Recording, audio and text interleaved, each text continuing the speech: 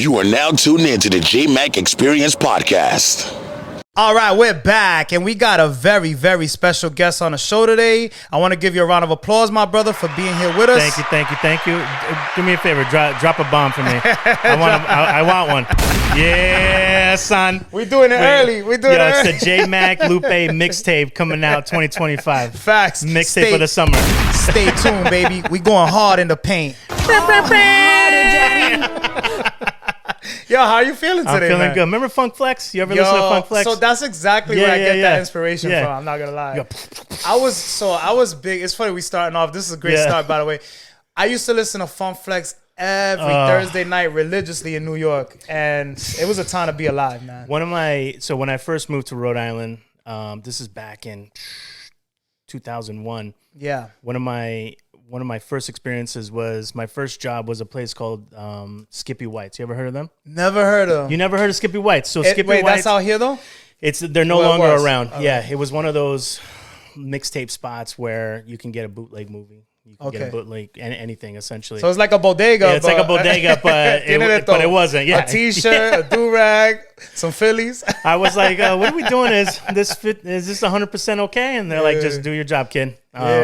No, but we used to go to Canal Street, and we used to remember Big Mike. Absolutely, DJ Big Mike. He's a legend, bro. Oh, dude, Big Mike. So we used to hang out with Big Mike all the time because we would go down. We would go down and buy all the mixtapes from. Right. K Slay. Remember K Slay? K Slay, of course. Rest in peace. He actually passed away. Get out of here. Yeah. Dang. Like 2 years ago. 2 years ago? Yeah. R.I.P. Rest in peace to him. So all those DJs, Funk Flex, remember when Clue? Who Kid, Clue, all them were doing, that really made like 50 Cent. Oh, hell yeah. G-Unit. Yeah. There was millions of dollars in mixtapes. Oh, yeah. And then they had the bootleg DVDs too, the Smack DVDs, the Cocaine Cities. This is before French Montana stuff. We could talk about hip-hop all day. That's my name right there. Yeah, that's the Jmack side experience. No bullshit. When it comes to hip-hop, I'll talk all day about that. It was, so one of the, when I first, again, this is when, younger Lupe, but we went down, they don't do it anymore. It was called the Mix Show Power Summit. I was like 18 or 19. I was working at the radio station, like I was saying earlier, and they fly down all the DJs. We went all down to Puerto Rico. Oh, that's dope. I was 18, 19, and I got to meet, 50 and Lloyd and all those folks, and it was so cool to... You got me hyped. Well, first of all, what was his name? Mr. Lava. Shaggy. Shaggy, So he doesn't talk like that. And I didn't know that at 18, 19. Yeah. He talks like this. Right. And that was just a voice that he made up to sell records. But, you got to meet all the DJs, all the mix show DJs, and all the mixtape DJs. Dude. And in Puerto Rico, and there's some stories I can't tell on the Jmack experience. Why not? Give us an exclusive. On the Jmack OnlyFans experience. All right? We'll talk about it on that. Harder, Daddy. Yo, hit me with a bomb, yo. Hit me with a bomb. There it is. Yo, hold on a second. I know, we're jumping around. My bad. No. You know what's so crazy? Yeah. So that's actually the first tour that 50 went on. This is before he dropped Get Rich or Die Trying. Yep. It was like the promo, because trust me, 50's one of my favorite artists. Oh. And it's funny because he had there was a video that he was making fun of his, I think it was Lloyd Banks and Tony Yayo, and they took like a steak knife. Yep. And they were walking around Puerto Rico with it. He's like, yo, you ain't doing shit with that steak knife, bro. It was, I could still see it was a white mixtape, right? Exactly, yeah. And it had like the stars around it. Guess Who's Back? That was the name of the mixtape. Is that what it was? Yeah. There was this one designer that used to make all the covers, graphics? all the graphics. It was like kind of, who's the dude from Louisiana? No Limit Records. Remember, No Limit, yeah. Pixel and Peel, remember them? Yes. They made all the silly covers. Yeah. There was this one dude just making money, making all the different... Yeah, no, there's money in graphics, bro.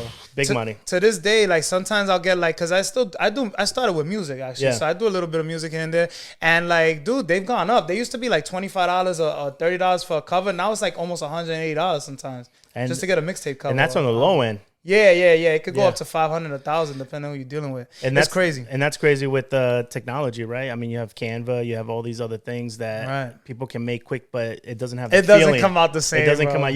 I can look at something and go, Canva. Yeah. Canva. Bootleg.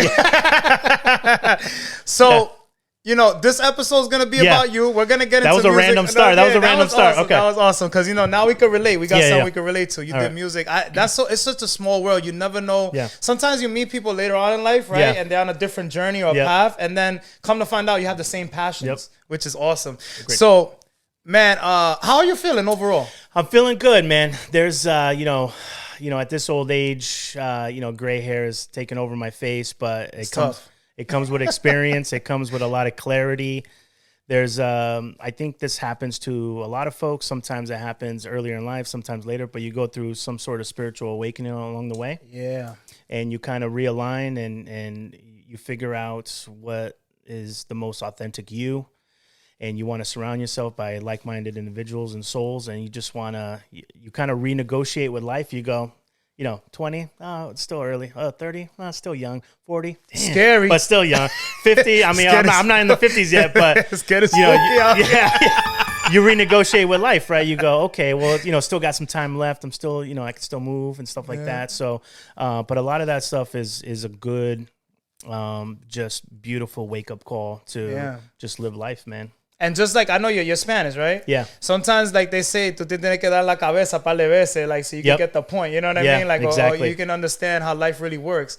I think, you gotta, and it's funny that we're talking about this. I was just on the phone with my best friend. He's from Queens. Yeah. And he's still out there. And we was talking, we're like, bro, we about to hit 40, bro. This shit's crazy. Like, what are we gonna do with our life? You know what I mean? But I think you have to appreciate the downs as well as the ups. And if you didn't have your downs, how are you gonna get your ups? So when you look at life, right, and sometimes you sit back and you have these kind of reflective moments and you go, man, that really sucked. Yeah. But it nudged you a little left to go to this blessing over here. Facts.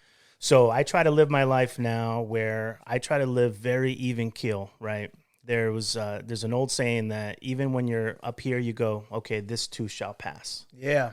And even when you're down here, you go, this too shall pass. Yeah. And if you just try to live in a nice vibration in the middle, that's where the magic is. Cruise control, but in a good way. Absolutely. I mean, have a little fun when you're up here and process the. But don't get off track now. But don't get off track. Yeah, that's a fact. Yeah, a little bit of game before we start this amazing episode. Yeah. It's an honor once again to be in your presence. The Jmack Experience Podcast, episode 83. Lupe is in the motherfucking building. We're gonna get into the intro real quick, and we'll be right back. Welcome to the Jmack Experience Podcast. This show is for motivational purposes only. However, we will not be politically correct, but our goal is to inspire those who listen and watch the show. Thanks for tuning in. Please be sure to follow us at the Jmack Experience Podcast and email us if you would like to be a guest on our platform at the Jmack Experience Podcast at gmail.com. Peace. Once again, man, I want to give you another round of applause. Was that you? Yeah, that was me. You like my radio voice? See, you're not the only one that fucks with the radio. Welcome down to Belize Automotive.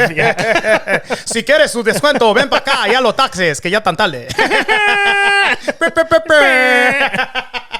Oh, that's awesome. Yo, man, so basically I like to start from the very beginning, you know what I mean? Yeah. And for those out there who are not familiar with who you are, what's your name and where are you from? Yeah, name's Lupe. Originally from California. Oh, shit, that's dope. Yeah, originally from California. Grew up in Orange County. Nice. I loved it out there. You want like the full... You could give me, I mean, if you the could, bullet points. I'll give you the bullet points. Give me the, what's that cheat when you cheat on the test back in the day? Nah, I never cheated. I don't know what you're talking but you know. the Scantron? Yeah. A, B, C, D. Yeah. What part? So hold on. Orange County, I think he was going to say like South Central or some crazy shit. No, Orange County. There was, but not, so everyone always has an idea of Orange County like the show. Yeah. It ain't like the show. Not all parts, no. Yeah. So, went out there, loved it. Great weather out there. 18, decided that I just Cali's the shit. Oh, dude, Cali is fun. Yeah. We can do a whole podcast on just Cali. And but 18, it was everyone from that at least I went to high school with wanted to move away for some reason. Really? That's how it is all the time. But I think that's how it is. I think everyone from the West Coast wants to move to the East Coast, and everyone from the East Coast wants to move to the West Coast. Absolutely. Or at least everyone here wants to move to Florida too. Yeah. I can't stand Florida, by the way. No, it's too hot. We some gorditos, man. It's not for us. I like to stay refrigerated, dude. Yeah, Like, put me bro. inside.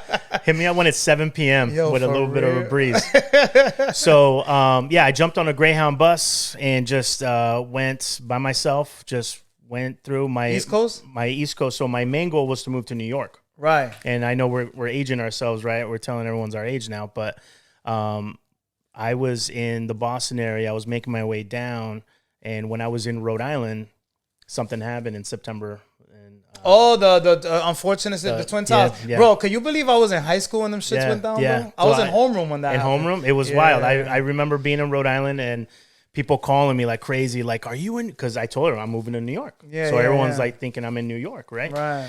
So in Rhode Island, that tragedy, I'm like kind of shooken. I'm like, what am I going to do now? And so I stayed the winter and I hated it. Over here. I hated That's how it is. I just hated the winter. I still love Rhode Island. Because you're from Cali. Yeah. I got you. So I was like, maybe snow isn't for me. So, but as it hit spring, I ended up getting a job. I don't know. There used to be an old store called Mr. Rags in the mall. Got you. It sold like half urban wear and half like skater wear. So it was like a Zoomies.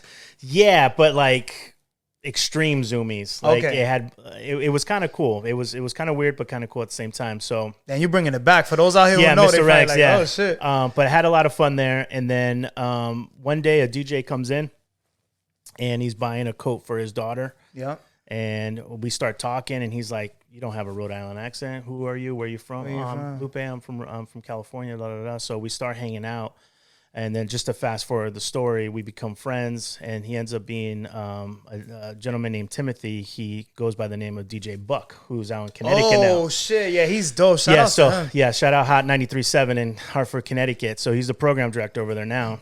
I need him on the show eventually. Oh, he'll do it. I'm a big fan of him. He's dope. How about this? We'll bring him for hours and then we'll do a tour for that day. That'll be fucking crazy. All right. I'm down for that. So, and he's always in town too. I think he does like some things at like platforms. He does. And he'll do like random shows. Yeah, and he brings a lot of artists down too. Oh, dude, big artists. Dude, he's like friends with them. Yeah. Like he's friends with. He's 50. an OG. He's an OG. He knows them all. That's crazy. So bro. that's crazy. This is crazy. And he was, just to give you a backstory, he was a mix show DJ, and he was one of the few hip hop DJs outside of New York that would play their records and invite them to come over. Yeah. So as a hip hop artist, you're like, I'm gonna go where I'm wanted. Exactly. He's showing you love. Boom. Yeah. And then that's how he knows them all. And then Connecticut's obviously closer to New York City. Oh yeah, it's right there. So they all drive up to see him all the time. So it's dope. Yeah. So one day he's like, "Hey, come to the club." I'm like, "I'm 18." He's like, "Don't worry about it." So I'm like, "All right, yeah, let's go." And so I'm helping him carry the crates. Before the DJs had Serato. Oh, we know, man. Oh, dude, you had they don't know. No, they don't know. You had to carry around these. I don't even know what. It was the vinyls. Oh, dude, it was brutal. But bro, we're talking crates of them. Crates. And Buck was an old school DJ where he had one for every genre. Yeah, hip hop. Yeah. He got one. I hated when reggaeton came out because he had to get two for reggaeton. Oh, so then he had the reggae, the old school, the hip hop, and everything. So, bro, imagine carrying them shits on the train in New York. No, I used to help my cousin do that shit. Yeah. No. I don't want to. I was dying just going right here to here. I'm pretty sure he had them in a van or something, but that's wild. But yeah, they were cool. So I got to know Big Stress too. He was on Hot 106 as well. So was hanging out with them. And then one day Buck just says, "Hey, you want to record? I need a different voice to record a commercial." So I go into Hot 106. This is when it was independently owned. Right. And he brought me in. We recorded. He's like, "Hey, my boss likes your voice, likes your style. Damn. Do you want a part-time job?" This is me. I'm ready to go back home or to go to Florida, somewhere warm. Ya te cansaste ya. I was done. I was tired. I was done. He was over it. And I was just like, I got to see this through. Yeah. I got to see it's what's happening. I'm 18. I'm by myself. I'm traveling this world by myself. And I said, let's do it. And so that... and then that summer we went to the Mix Show Power Summit, I think, and that was a lot of fun. So it opened doors for you pretty much, right? Just saying yes to stuff opened up so many. Even when I was ready, like I was planning between two cities to move. I had my apartment at the time was fully packed up. You were ready to go. I was ready to go. I had a futon that I was going to sell it to some dude on Craigslist. Yeah. And this is before the Craigslist killer, huh? Yeah. They never caught him, yo. Still out there. R.I.P. We're not making light. We're not making light of the situation. R.I.P. Don't mind us. We like to joke around here. I am not responsible for any comments made on the Jmack experience. We will not be politically correct. No. So, all right. So, you unpack all your shit at this point? Yeah, I unpack all my stuff. I only have one suitcase. I'm a minimalist. So, if I buy a piece of clothing or shoes, I donate one. I don't like to have a lot of stuff. I do the same shit. I just don't like having a lot of stuff, Yeah.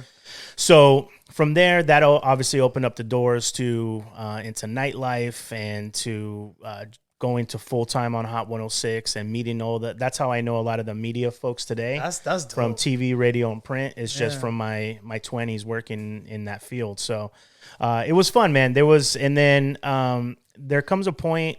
There's very few of them that you'll see be in that genre that long. Yeah, like longer. So after like my 10th, 11th year, I had my first kind of I like to call it eat, pray, love moment.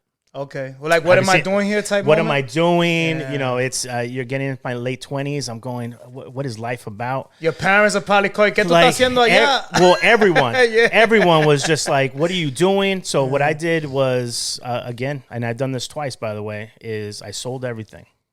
Started fresh. Sold everything, and I moved down to Bogota, Colombia.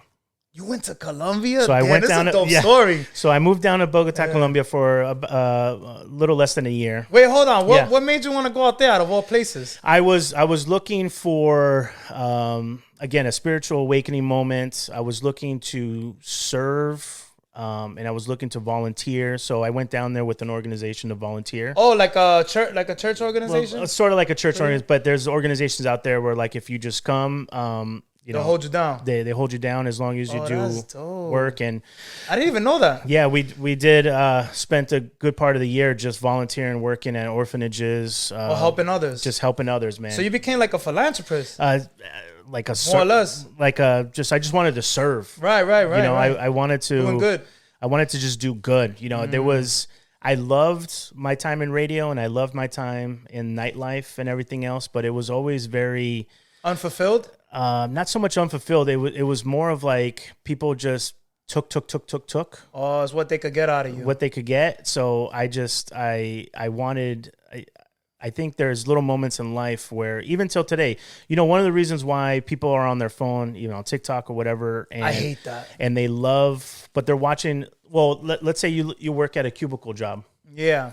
9 out of 10 cubicles will have what? They'll have a picture of a beach. That's because they're daydreaming. They don't want to be in the cubicle. Oh, they want to be at the beach. So, on the phone, even now, everyone's watching the van life videos. Like, what if I just sold everything and bought a van and I can just travel and just live stress-free? I think everyone's just looking for an escape. Something that's always been in me that, for better or worse, is I always feel homesick to a place that I've never been to.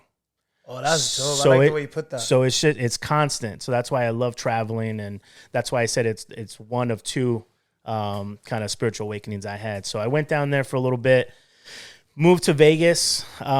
Vegas is fire. I went to Vegas. So Vegas was fun. So I lived there for, I think, I couldn't last after 6 months, and I'll tell you why. This is at the height of Pauly D. Remember Pauly D? So I went to Vegas to see him. That's the reason why I went over there. So he was at the Marquee. This is what I love about Pauly. That's crazy. If you're from Rhode Island, he's going to take care of you. Really? That's what I love about him. Anytime we go out there, he's like, yeah, man, just come on stage, be in our VIP, whatever you want, whatever. Like you're good money with him. Like this shit, it's just awesome. Yeah, right. And that's what I love about Rhode Islanders, especially when you're outside of Rhode Islanders, you always run into one. And, exactly. And there's always like a cool little. You're like, oh shit. Well, we're part of a little VIP club, right? Exactly. There's only 1 million of us, right? So we're like, hey, what's going on? Very rare. Very rare. So I went out there and I had a lot of fun, but man, after like the 3rd month, hey, what do you want to do? I don't know. Let's get messed up and go to the casino. All right, cool. What are we doing tomorrow? Let's go to the casino and get messed up. Getting crazy out there. So after like the 6 months, there's a lot of temptation out there too, bro. And there's no sense of community though. That's the only problem that Vegas has. So I was craving community, especially when think about it, I was serving, and then I went to Vegas. You went the complete. So tú estabas pa Dios, and you went to the devil. Like, yo, so both Sin sides City, were, bro. yeah. So, yo, that's wild. But bro. I was volunteering out. There's a great organization out there. There's a, I think it's the Las Vegas Mission that does great work out there. So I was volunteering with them too. Yeah. And here's the crazy part. Are you ready for this? So when I was out there, I thought I was going to move to Nevada for the rest of my life. Yeah. Right? It's beautiful out there. I was like, all right, I had my chapter in Rhode Island. I loved it. On to something else. So and then you were close to home. You're only a drive away from Cali. From Cali, exactly. Yeah, and obviously we took some day trips. It's only like 8 hours. It's pretty much, I say Vegas is like Rhode Island, and then Cali's like New York. If you think, it's like exactly. we are close to New York. And there's so much to do, right? Yeah. So at the time, I was like, all right, I need to get a job out here. You know, I was living off savings at the time. And so I applied to a couple radio stations out there. I think it was the one that I really wanted to go was K-Veg. And I shit you not, as I was getting ready to leave, go back to Rhode Island, got another opportunity. They called me. Damn, tú tienes una suerte. Yo, your mom must be like a good prayer. She must your family must pray for you a lot because that's crazy, bro. So they're like, hey, we want you to come in and do a shift and everything else. But at that time, I had already made a commitment to go back to Rhode Island for a couple of So you had your mindset. So I had my mindset, and I was like, dang. So I always think about what would happen if I would have stayed in Vegas. You probably would have been big time. You never know, right? Well, no. But sometimes your life is the way it's going to be. You never know. Exactly, exactly. So I go with the flow. You know, the reason I stayed in Rhode Island was for a reason. The reason I left Vegas was for a reason. Absolutely. Right? So I made my way back here, and we did a little nightlife. Obviously, our mutual friend, Ed. Oh, shout out to Ed Brady. Yeah, shout out to Ed Brady. We knew of each other, but we never really collaborated. And then it was like through mutual friends, right? Through mutual friends. He was doing some stuff at different clubs. I was doing some stuff at different clubs. And I knew all the guys because they all advertised on the radio. Yeah. And they used to hire me through the radio to come host, like, put your hand. Like, right? He was the hype man. I was the hype man. Yeah. So came back here and then started just hanging out with Ed and like-minded people. And there was a time, and I'm forgetting the date, but there was a time where nightlife kind of died down. Yeah. And this is because the DBR, the business regulation, deemed bottle service illegal. Really? What year was this? I got around 2010, 2011. That's when I moved out here. It was a few years after that. So you probably got to experience some of it, right? Yeah. Let's go get a bottle. Or if it was your birthday, the place would nobody used to order bottles back in those times like that. Yeah, not really. Everybody had drinks, mixed drinks was the thing. Yeah, Long Island iced tea was my shit. Dang, man. I used to get twisted on them shit. Long Island, they're just everything in one cup. Yeah. But I was young at that time too, so we just wanted to get fucked up. As cheaply as you could. Hammered. Yeah. So there was I forget the year, but there was a point in time when the DBR said no bottle service, and when I tell you it completely wiped out nightclubs. That sucks. It got rid of DJs. It got rid of bouncers, VIP, security, hosts. Like, it annihilated a whole industry. Because it puts a cap on what you could earn, obviously, because that's where the money's at. So a restaurant would be a restaurant during the day, and then it'd be a nightclub at night. Yeah. And that's how they used to make it. And this is when people would go out Tuesday, Wednesday, Thursday, Friday, Saturday. And I partied a lot when I came. And as promoters, our job was to go out to get people to come out to our place in the weekend, right? So we would go out all the time too. And so what happened was a lot of those folks, those nightclub, and I'm kind of getting into the Rhody Foody time frame. Oh yeah, that was good. It's good. You walked us right through everything. I like it. Save me some time on the questions. So nightlife died out, but all those same entrepreneurs and owners, just what they did is they ended up buying restaurants. Right. And they basically came to me and other folks like me and said, hey, can you do the same thing? Instead of bringing people to come to dance, can you bring them to come and eat and drink? So I was like, okay, that should be easy. Yeah. That's, it's perfect. And some of the places were still doing a little nightlife at night. And so that's how I got into the food game a little bit. And from there, social media was really taking off. What year was this? If you don't, sorry to interrupt. Like, more or less. Man. Are we talking like 2014, 2013? Yeah, it had to be around that. That's when Instagram started popping.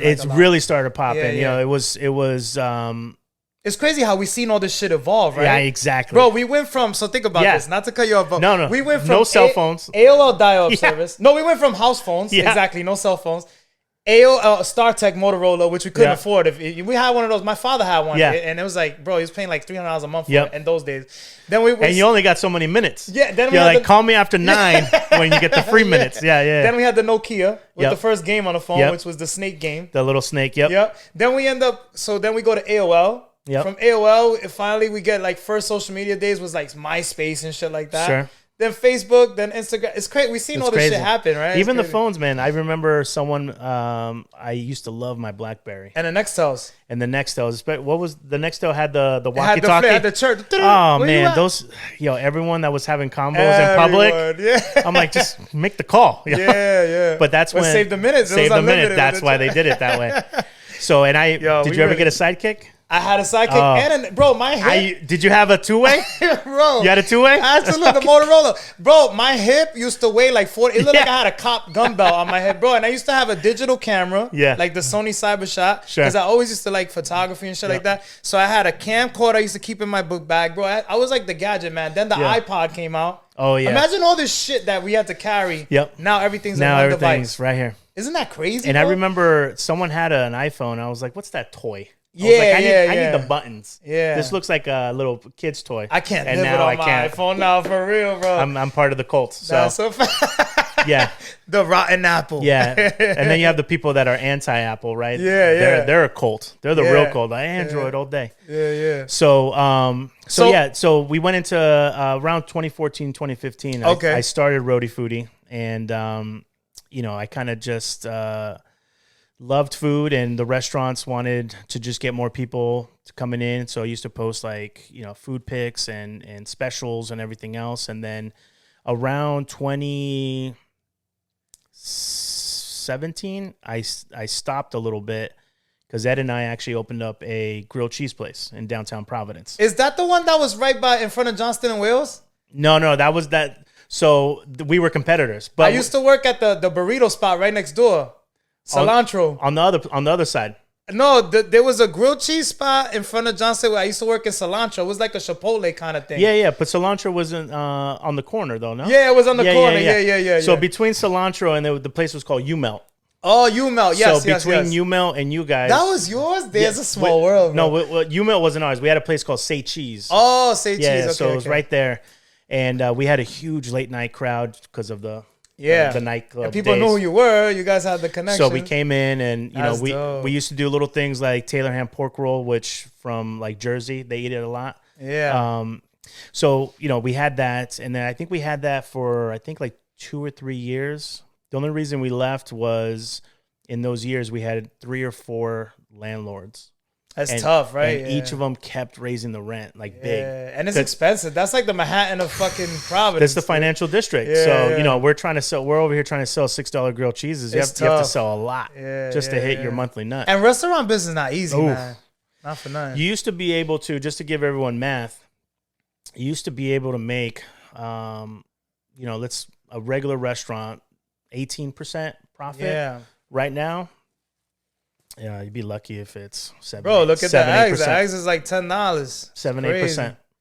So hold on. Yeah. I had a question. So is this more or less when your love for food and community has started to evolve into like a full-fledged platform?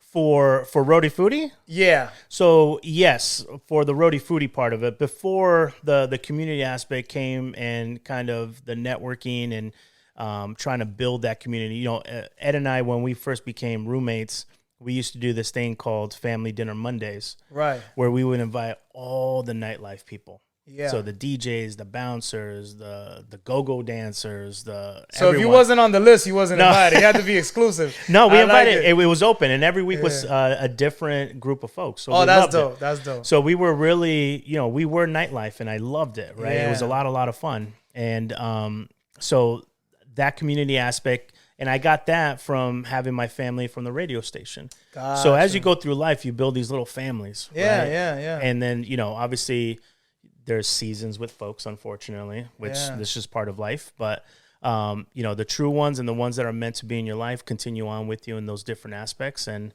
like Benny the Butcher said, not everybody could go. Not everyone. Yeah, that's the realest shit I've ever heard. I know. And it's not always a sad thing. Yeah. Right? Because sometimes, like, I have friends now that are full-fledged family people. Yeah, they have families. Yeah.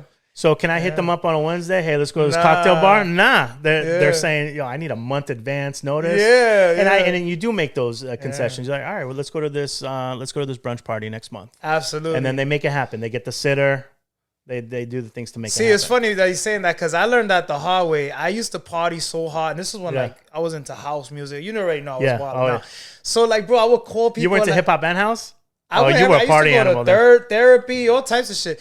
Balloons. It didn't never stop for me. The party never ended. Bro, it'd be 6 in the morning. I'm the guy like, yo, the party's over? Where we going now? Like, yo, go home and go to bed. For the record, I do not know what balloons is. No, you guys don't want to know. So, but like, because I'm from the city and shit used to end early, I'm like, where am I going to go? Somebody put me on. They're like, bro, there's a club. It closed at 5 in the morning. I was like, perfect. Yeah. I'm in there. So like, that became like my, but what I'm trying to say is I would call people at like 5 in the morning, dude. People be like calling me like the next day at like 1 o'clock. Like, bro, why'd you call me at 5 in the morning?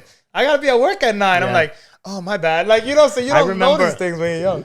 And you get a wake-up call, right? I remember I was sitting at Roxy. I know it's gone through Roxy Strand. Roxy. That was, And I remember texting someone at 8 p.m. saying, hey, I have some extra people that I can put on my list if you want to come. And I remember this one guy hitting me up saying, why the hell are you texting me at 8 p.m., man? Wow. I have to be at work at 6 a.m.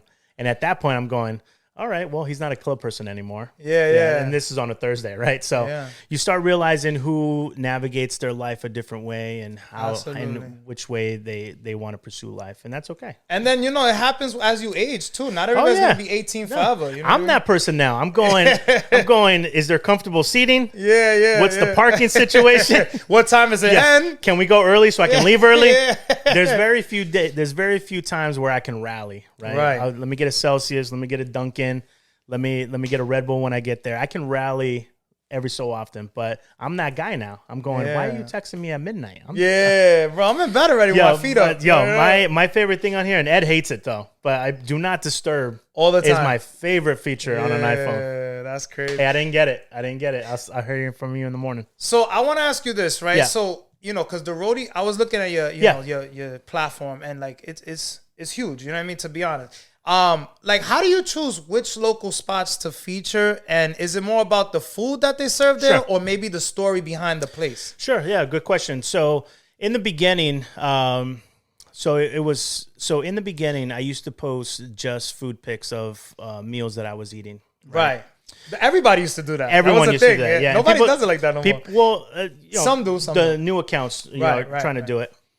And that's a great thing. Some people hate that there's so many foodie accounts now, but I love the age that we live in where, I mean, think about it. If this didn't exist and this didn't exist, you and I don't know what job we'd be doing right now. Absolutely. Right. Absolutely. So I love that technology that we got to experience life in this. The future's here. We got to pick what we wanted to do. Right.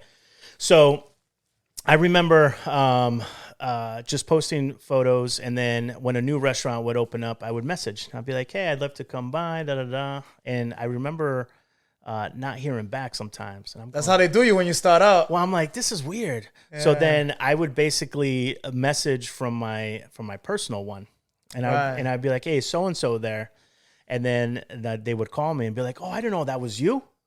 And I was like, no, well, you know, you should be welcoming either way, right? Well, exactly. And I didn't want to put, that's one of the main reasons I had to start putting my face out there so that people can link it. Because again, all the club owners started opening up restaurants. Yeah. Right. So, but that's good. You wanted it to be genuine. I wanted it to be genuine, but then I realized, like, you know, the way to get traction is I have to tell them who I am. Yeah. You know, from the very beginning, and we're almost at that space where I'm really ready to implement kind of the next phase of Rhody Foody. Is I wanted it to be more of a community thing. Like I wanted personalities, not just me. Yeah. And throughout the process, we've introduced a couple folks and just had fun with some of my friends. And so in the beginning, You pick them, and then we got to a point, and I'm very humbled and very proud and very excited, and again very humbled that we're at a space now where they just reach out to us. So now they're hitting you up. Hey, can you try out my new spot? We got a new menu. Well, we do. That's dope. We do a tasting event called Taste of Rhode Island. Yes. Right, where we have like 60 or 70 restaurants come out, when you get to sample. We do cocktail events. If you're free on May 17th, come through. I'll definitely show up. And we do cocktail events. We do that. And now we do the festival. So now we're in with the food trucks. And I was going to ask you, are you into food trucks? Damn, you hit it right on the nose. I love food trucks, man. That's crazy. I'm surprised you never tried mine. What? I had the chopped cheese food truck. I was the first person to have chopped cheese out here. I'm going to tell you. It just didn't work out, though. Well, that's why I'm doing this now. What year? What year? So this is literally like, maybe like I started right in the pandemic, and then it only lasted like 3 years. Okay. Oh, we haven't even got to the pandemic. I'm still in 2018. Okay. So one of the things, because again, remember we used to, one of our late night things was the chopped cheese egg roll, which is huge. I mean, I'm sorry, I'm chopped cheese egg roll. I got you on the chopped cheese. No, hold on. The Taylor ham pork roll sandwich, which I got from Jersey. Oh, you did mention that, yeah. Because when we would party in Jersey, everyone would eat these things, and it was kind of like fried. I don't even know what to call it, spam, thing with an egg on a Kaiser roll. So I was like, let's bring that back. Hit. And then towards the end of our season, we introduced the chopped cheese, because I was like, say cheese is a bunch of I want it to be cheese centric. I didn't want to just be known as like grilled cheese. Yeah, you want to switch it up. So I was like, all right, it has the word cheese in it. I just came back from New York. I was like, let's put the chopped cheese on there, and hit. Yeah, it's a hit. Because so people that know, they know. Like, I would have people come up to me all the time, 'cause I used to do a lot of big like events, like Mulligan's Island, stuff like that. And people are like, what's a chopped cheese? And I'll be like, bro, just try it. Yeah. Just try it. You're gonna like it. If you don't like it, I'll give you your money back. It's a mix of like 3 different things. It's the best. It's the simplest thing. It's a chopped up hamburger. That's all it is. But it's so good. And if you don't want to use hamburger, you can use the shaved steak if you want to go that route. Yeah. But it's basically just the way that it's set up. Did you used to press yours too? Of course. Yeah, okay. And we had to cut it down the middle. The only thing we didn't do, I was switching it up on people. We didn't do the lettuce and tomato, because if you don't eat it on the spot, it gets soggy. Oh yeah. So I'm a sandwich. I love sandwich. Being from New York, we live on sandwiches. Yeah. There was a year I like literally survived. I used to rent a room, and all I would eat was sandwiches every single day, because I used to save it, put it in my room, leave it by the window, eat it the next day, like sandwiches throughout the whole. So I'm a big sandwich. No, I love sandwiches, man. That's why I try sandwiches out here, and I'm like, it's all right. Like, people, this is the best sandwich spot. I'm like, I'll be honest with you. I don't know. I think probably we were too ahead of the curve. You were probably too ahead of the curve. Yeah. And there's a lot of there's been some kind of concepts that have come out throughout the last decade that just missed, like, had they just waited 2 years, when it was a little bit more popular. Exactly. Like birria tacos have been around forever. Oh my God, now it's a thing. Now I'm seeing it at 7-Eleven. I'm like, what the hell is it's crazy. So you know what it is too? Sometimes some things are not for you. Yeah. Because even though I was doing the food thing, I'm gonna be honest, it wasn't my passion. Yeah. It was just something I was doing for money. You know what I mean? So the universe felt it. Yeah. Like, so, even though I have fun doing it, but like, this is more my passion. Yeah. I'm a clean cut kind of guy. Like, I don't even like getting dirty. You know what I mean? So it's like, you work in a kitchen, you're gonna get dirty. You know what I mean? Brutal. But there's people opposite of you that love it. Right. It's their thing. It's really not my forte. But so, like, social media has played a big part on how many people build their brands. We were saying, like, how do you keep your content fresh, engaging, and authentic? I try to be, you always, I'm a big fan of Laura from Buns and Bites, right? So she, one of the biggest things that I think propelled her to is the switch from photos to videos. Yeah. Because if you look at her account, as soon as like IG Reels or TikTok came around, to the moon. She was on it. So you have to stay with the times and what the platforms are pushing at the time. Right? Absolutely. So, ours was very photo heavy, and then same like Laura when, we had to switch over to video a little bit, which is also what I liked also, because you could share a little bit more of your personality. There's only so many times you can be like, and like you can't really. And by nature, I'm a silly dude. So let's do the silly sounds. Let's do the silly skits. Let's just have some fun. And you want to bring light to people's life. Exactly. That's what's going to make you different. When you do content online, you are someone's escape. Yes. Yeah, I agree. And you are someone's kind of just time to digress. Mm-hmm. And sometimes, we do we do a lot of food on YouTube also. Oh, you have a YouTube? What's the YouTube channel? It's Rhody Foody. Same thing? Yeah, same thing. All right, cool. I was going to get to that, but I want to make sure I don't miss a beat. It's a little different. It's a different crowd than you're going to find out, and you already know this, but every single platform has its own audience. Yes. So the YouTube people don't follow me on IG. The IG people don't follow me on TikTok. It's TikTok hard to do all of them, to be honest. And they've done it. I think one of the reasons is a lot of people are trying to repurpose the same video, and all the platforms now use the 16:9, whatever that size is. That's the short edits. The short edits. And so on YouTube, that one is a little bit more like I eat in my car, kind of like carpool karaoke, I guess. Yeah. So we eat in our car, and we've had the governor, we've had a couple mayors. Oh, that's fine. I think I've seen that. If you want to come on board, we'll eat in my car. We gotta have a sandwich though. Yeah. I'm big on tacos too. Wow, we can. Let me hit a bomb, yo. Let me get a bomb. Yo, we need a bomb for the taco. Are you sure we're not related? Yo, you know what's so crazy though? It's so crazy. I feel like we could talk for days, but this is the crazy thing, right? So when you told me you're Mexican, I'm like, yo, that's so crazy, bro. Like. So my whole family in Puerto Rico, they're like, yo, you think you're Mexican? All my tattoos are like Chicano like lovely. Been in love with the whole culture since like I was a kid, bro. Yeah. Because so growing up, I'm originally from Corona, Queens, and when I got out here, there was no so the Guatemalans that out here in Queens is all Mexican. You know what I mean? So we have a lot of Mexicans. We don't have Guatemalans over there. Yeah. So when I got here, I'm like, oh shit. So the Guatemalans are like the Mexicans that we have in Queens. And then same thing with like Cape Verdeans. We have Jamaicans in New York. Yep. You know what I mean? So I was like, oh, this is different. Yeah. You know, but it's like same but different. What I'm trying to say is that I used to have a lot of my best friends were Mexican, so I used to go to their crib and they used to put me onto the low riders and all this shit, and I like kind of grew a love. Like you said, people from the East Coast, crazy you said that, they want to be in the West Coast, and like people from the West Coast, they want to come to the East. So that shit's crazy. Like that's mind blowing. Yeah, it's did you ever read the Lowrider magazine? Absolutely. To this day, bro, I still go on the website and stuff like that. Man. Yeah, there was always a beautiful Mexican queen. Yeah, bro, they got some beautiful. Oh, it's beautiful. And you're right. It's a beautiful culture. There's actually a new restaurant in Cranston called Chicanos. Really, I gotta try that out. I think they do. I've tried to go in a couple times. They were closed, but they do sushi and Chicano like. So they did like tacos, like an El Ninja kind of thing. Kind of, but I think they don't mix it together. It's just two separate menus. Got you. So I need to go in there and listen to the story. How did the hell did this come together? Right, and put it on. So it's crazy that we're talking about this on just perfect timing. Yeah. I'm going to ask you a few questions. They're going to be quick answers, right? Okay. So pizza or burgers? Pizza. Italian or Mexican cuisine? I got to ask. I'm going to go with Mexican, yeah. You got it, right? Yeah. Steak or seafood? Steak. Oh, dope. Pastries or ice cream?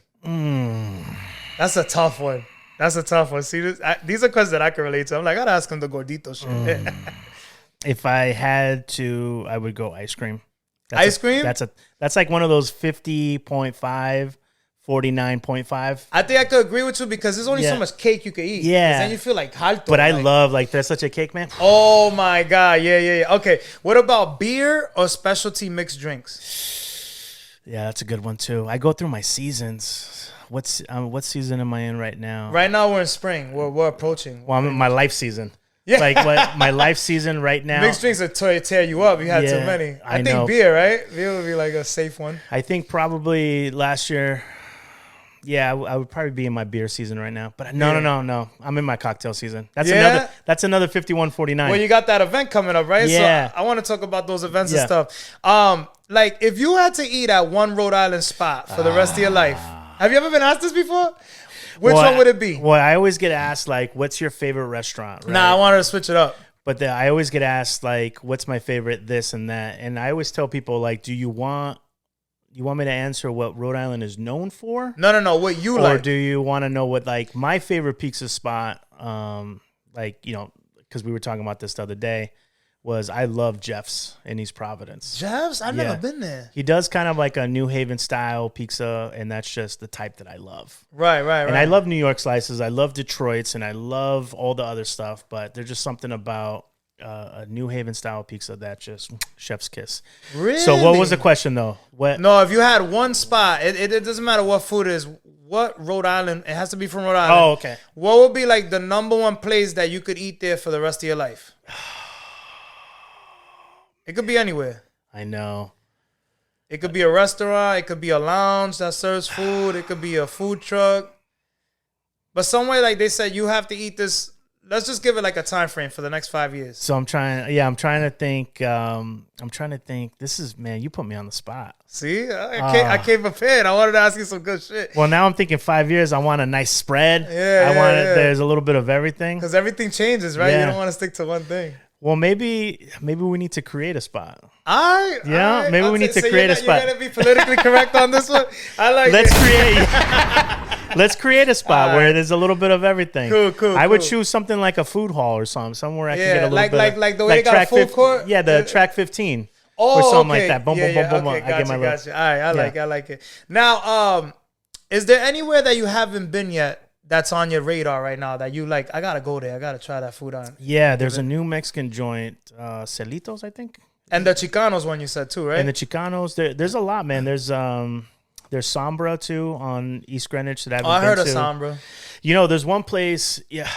So there's a lot of places that are Rhode Island known. Yeah. That I still haven't been to. Like, I still haven't been to Mantunik Oyster Bar. I'm not big on seafood. You're not big on seafood? Thing, all right. Yeah, that's why you got excited when I said steak? Yeah, I was like, all right, I can relate to it. So, quick story is when I moved out here, I didn't like seafood either. Yeah. One of my first meals here, someone took me to the Nordic Lodge. Maybe that's my answer. Nordic Lodge. You like that spot? Right, well, I've only been once. I only been once. But you enjoyed it. But when I came here, everyone was eating lobster. I went straight to the steak. Right. I was like, let me get the steak. And then they had a whole section for desserts. Right. But, the gateway drug into seafood is lobster rolls.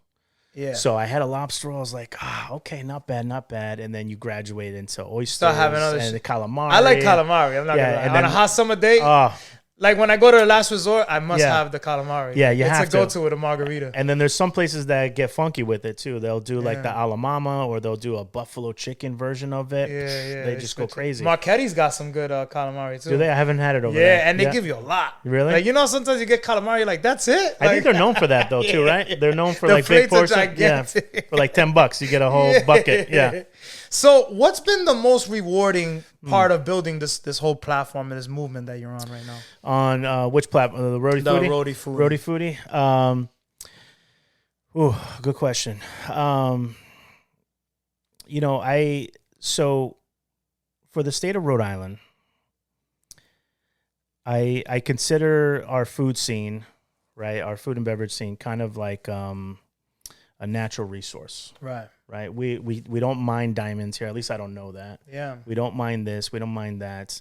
But a natural resource that I think we have here is our food and beverage scene. And the state always uses it as like a tourism thing, or it's the one thing everyone loves about it. But New England in general. But the problem is that it's not being showcased. It's not being supported.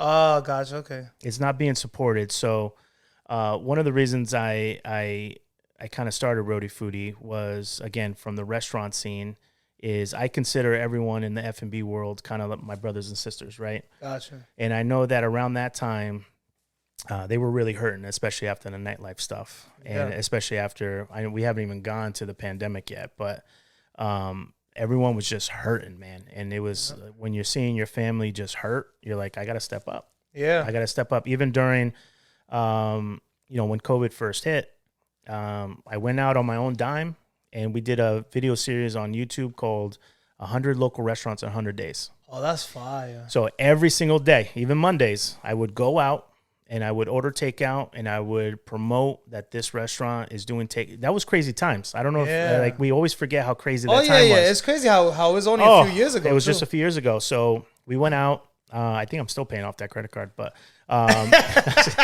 and can somebody go fund him? Yeah, the balance? Thank you, Venmo, Rhody Foody. No, but it was really cool, and you could see it in their eyes, like, thank you. Because they were getting no support from anybody. It was tough. It was a tough time. Yeah. Right. So, but then it flipped when people started getting them big checks. Them stimmies, the restaurants were booming. Oh yeah. The 1,200 and the well, depending on if you had kids too. Yeah, bro, I was working at Wings on 5 Yeah. in Johnston. The fucking tickets used to just keep going all the way. Yo, there were days I'm like, I just want to fucking throw the towel in, bro. There was one time. This is crazy. I think so. What was the big one? Everyone got like the $2,000 one, right? And I knew this one girl that she bought a cat, and I was like, what? Like this is we're buying, but there was other people doing random shit. like random stuff. Someone else, at least like some of the folks I knew, you know, they bought a laptop so that they can start a podcast. Exactly. Yeah. And then I knew some other people buying stupid shit. One dude I knew bought rims. I was like, this is not what the money's for, guys. Come on. I'm taking a trip to Florida. Yeah. So going to Cancun. Some people are going to Cancun and everything in the. But listen, I understand that at that time we were all going through. Yeah, we needed an outlet. We too. were all going all through. So the people that were buying a cat or rims or whatever it was, they needed that to get through something. Right. And then I know we're running out of time, but that's kind of when I had. No, you're good. I know that's kind of when around that time is when I had my second spiritual awakening, and I kind of just hit the road and I road tripped around the U.S. because you couldn't do anything. Yeah. So after the 100 days, I was like, if you couldn't do anything, I'm just gonna road trip to all the different national parks, breathe, and come back refreshed. So. That's great advice. It's funny because this leads to one of my final questions. Yeah. What advice would you give to someone that they're interested in creating content, but they're just like afraid to take that step? So I'm gonna sound like a nerd right now, but you ever watch Game of Thrones? I watched some of them. All right. So some of the episodes, like in the first episode or first couple episodes, there's a line in there that's still. It's funny how lines stick with you, right? Yeah. There's a kid in there that he asked his dad or his brother, and said, "Can a brave man be scared?" Right. And he talks back to the kid and he says, "That's the only time someone can be brave is when they're scared." Oh, that's deep. Right. So what I tell folks, kind of in the same linear sense, is you're going to get the motivation after the jump. You're not going to get it before. Yeah. You're never going to be ready. A lot of people get paralyzed by perfection. Sometimes you just have to turn on the camera and just go for it. Because even though you, me, and 100 different creators can be lined up outside, and everyone will say, "All right, do a video about this." Some of it might bleed over, but you're going to have 100 different types of videos about this. Mm-hmm. And my advice is to just do it. You're going to find your community. Your community is going to find you. Eventually. Yeah. Right? So whatever medium you use, IG, I think we have, I don't know, like 30,000. On YouTube, we have like... you TikTok? Do you TikTok? TikTok, not so much. That's a tough one. I don't know. Some people say it's easier, but I can't crack the algorithm on that. I don't know what it is with that one. We're not skinny enough for it. We're not skinny enough. We're not dancing and we don't dance. We don't Yeah. dance. And that's okay. That's the great thing about... So the TikTok people are probably not big on IG. On IG, yeah. It's like the opposite. So, I go on there just to... I use it. People use TikTok and other stuff as like... I know I do. When I go to a new town, hey, what's the best pizza spot in this town? It's like a new Google. Yeah, but you know what they say? It's a video Google. A lot of the stuff on there is like the total opposite. So they'll say it's a great spot, and then when you go, it's fucking horrible. At least in New York, a lot of New Yorkers say, don't believe the TikTok. Oh, damn. Because that shit's going to be whack. I'm so like, really? You and I, we have to start a new restaurant and a new social media platform. We got to do something different. We got to do it on. So summer 2025, we're gonna aim to do something different. All right, sounds good. I like it. So we're going to get into Album of the Week real quick. Okay. We can't forget. Album of the week on the Jmack Experience Podcast. Album of the week this week. I love your show, dude. I told Jmack I didn't watch any of them because I want to come in fresh all the time. I told you it's gonna be a vibe. That's awesome. Okay. Album of the week this week is based on a true story by Will Smith. You still listen to? You like Will Smith? You like him more for acting or music? So it's tough, right? That's a tough question. Well, I liked him before the smack. Oh, and right. We don't want to talk. I'm still processing the smack. I feel like he's trying to bounce back. And I think I love the effort. And I don't know what discussions he's had. I just don't think violence is ever the answer. Yeah. That was especially, But at the same time, I grew up with Will. You know, Yeah, it's like Fresh Prince. It's Will Smith, man. It's Fresh Prince. Yeah. You know what I mean? He's definitely one of them guys. You know what I'm saying? Like, you know what I mean? Yeah. Like we used to all say that when we were younger. So I'm on my journey to get back to Will Smith. But as far as an actor, I think he's a great actor. He is. As far as his rapping, I really didn't listen to much of the his music. stuff. Not so. I'm gonna be honest. Yeah. But he's trying to come back. He's been spinning a couple flows. Check out the new album. It's not bad. All right. We're gonna get it to movie of the week. Movie of the week on the J-Mac Experience Podcast. Movie of the week this week is King of Kings. It's like a cartoon movie about Jesus and the miracles that he did. Are you big on movies? Well, perfect timing, right? Easter's this Sunday. This Sunday, yeah. Everything we do here is for a reason. Yeah. Man. So, we'll be wrapping it up shortly. Yeah. What's next for Lupe and the Rhody Foody brand?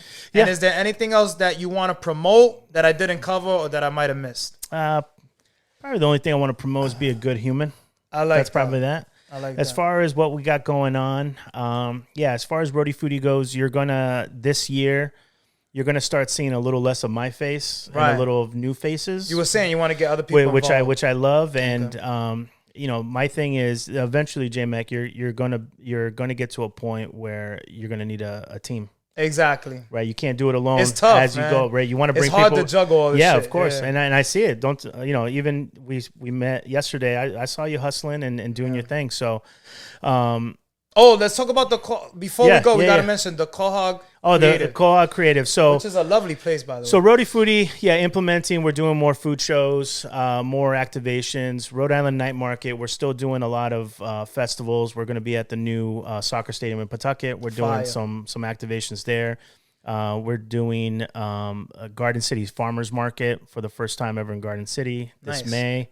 We're doing stuff at Mulligan's Island, East Greenwich, and Quahog Creative is kind of a space where we kind of wanted a space where we can go and whiteboard ideas, bring in our friends. We did build a couple filming rooms, but it's really just a space where creatives can come, right? You saw Doug there, you saw Chris, you saw Tess and Scout both do a little filming there. Flickers and the Rhode Island International Film Festival folks are there. We're starting to work with Channel 10. Studio 10. We're starting to work with Hey Rhody magazine. So we're really just trying to, for the longest time, Rhode Island has had a bad stigma and undertone of folks being gatekeepy and not really wanting to collaborate. And that, trust me, that's still probably going to happen. I was gonna say, not to cut you off, that's a good thing about the Quahog Creative. What I'm noticing is that it's open. It's open, and it's people. You're gonna get inspired by that. Too, just others. Literally, there's a lot of times. Ed and I always say. We always say, we would be millionaires if we monetized everything you do. Everything we do. Yeah. And it's true. We probably could, but we just love connecting people together. Right. Hey, you need a bouncy house, or you need a DJ or photographer. You need someone to come film a podcast with. Hey, we boom, boom, boom, boom. Yeah. What can we connect you with? You're going to remain blessed. That's the bigger picture, though. That's, and actually. Not everything's money. We get, we're kind of making a living out of giving. Right. And opportunities will come our way when they come in their own right. But we're just trying to help heal people too, man. This world's been broken since COVID, and it's been broken before that. And people are not that social anymore. They're not talking. They're not collaborating as much. And again, Rhode Island, it being a small pond, everybody wants to be that big fish, right? There's always been that little stigma of folks want to see you doing good, but not better than them. And that's you could do so much more if you join forces. My God. And that's, being from California, I have a little bit of hippie in me, right? Yeah. That just been with me my whole time. And when you meet like-minded souls like Ed, like you, people that just want to grow and have fun together, and if one of you make it, we know people are going to drop ladders and ropes. Yeah. Hey, you're coming with, right? So it's just one of those things, man. There's we're just trying to have fun and trying to heal and put smile on people's faces and just have fun. I like that. Yeah. Now, can we agree that all the experiences that you went through got you to where you are today? Oh, absolutely. I like it. Yeah, that's even when you're going through it, and I know it sucks because you're going through it, even if you're down and out and you're crying in bed or you just feel stressed out or maxed out, it sucks. And you always hate it when people say it's for a reason. It's for a reason. But it's, you know, we earn this gray hair, and you really look back and you go, okay, yeah, no problem. And it's also reframing things, right? It's when something bad happens, you just got to reframe it, because if you let that thing, it's going to affect the next thing, and then you're going to lose all these opportunities if you're just going around mad. Yeah, it's going to ruin. And resentment. It's going to block your blessings. And carry around ego. Ego is one of the things that kills a lot of things in this world, man. So I guess you answered my next question was, I usually end with these final questions, but any advice out there for those who may be experiencing the same situations that you went through or going through? Yeah. You pretty much summed it all up with that one. Yeah, that's you just, you know, you got to reframe things, man. You know, I always tell you know, you get a flat tire. There's two types of people, right? There's one that's going to be like, "What the hell?" Yeah, and or they go, "Of course, this would happen to me." Yeah, I have no luck. You're literally manifesting that happening to you by doing that. Yeah. And then there's folks like weirdos like me that go, "Okay, that's today's adventure." Maybe I was going to get hit by an 18-wheeler if I didn't get this flat. Yeah. You know what I mean? You got to look on the bright side. You got to read the old, I think it's a Chinese proverb rather, where it talks about the farmer and the kids. Have you heard this one yet? I haven't heard it, but it sounds very familiar. Yeah. I'm pretty sure that I've probably seen it like on Instagram or YouTube. Where like the kid gets hurt and then the dad goes, everyone's like, "Oh, you know, so sorry." And he goes, "Yeah, we'll see." Yeah. And then, but him being hurt, he didn't have to go to war. So everyone's like, "Isn't that so great?" Oh, right, I think, yeah. And then he goes, "We'll see." Well, right? Like they say, everything happens for a reason. And then remember in the early, I said, live right here. In the middle. Even with great things, enjoy it. Down here, process it, but live right in the middle. I'm telling you, that's where the magic is. Good vibes. I fucking love it. Any last words or special shout-outs that you would like to mention before we sign off? This was fun. Oh, man, just... We definitely got to do another one. Yeah, just trust the universe, man. Yeah. Trust the universe. You know, this life is going to throw you curveballs, man. It really is. It's going to test you, and you know, either it's work or love or family or anything else. You're going to get thrown curveballs, and it's all in just how you react to those curveballs that matter. I love it, man. Yeah. Episode 83. It was truly an honor to have you on my show. I need a I need a bomb. I need something. This is the first of many more to come. Yeah. I just want to tell you that. This is volume 1? We're going to do a trilogy. We'll make this shit like the next Star Wars. It's going to be Star Wars, but in podcast form. You know what I mean? I love it. I'm down. Episode 83. That was just bullet points. Yo, that was just bullet points. This was the first, like I said, first of many more to come, man. We should go by the decades. Absolutely. Yeah. Absolutely. Right. Episode 83, Lupe Aguilar, Rhody Foody. Make sure you hit them up. The Cohort Creative. Man, this was definitely an awesome experience. The JMack Experience Podcast. We're signing out. Gra! Thanks for coming on the JMack Experience Podcast. Be sure to come on for another episode every single week. Until next time, peace. Black Sheep sea moss. It'll make you want to slap your daddy. Oh, harder, daddy.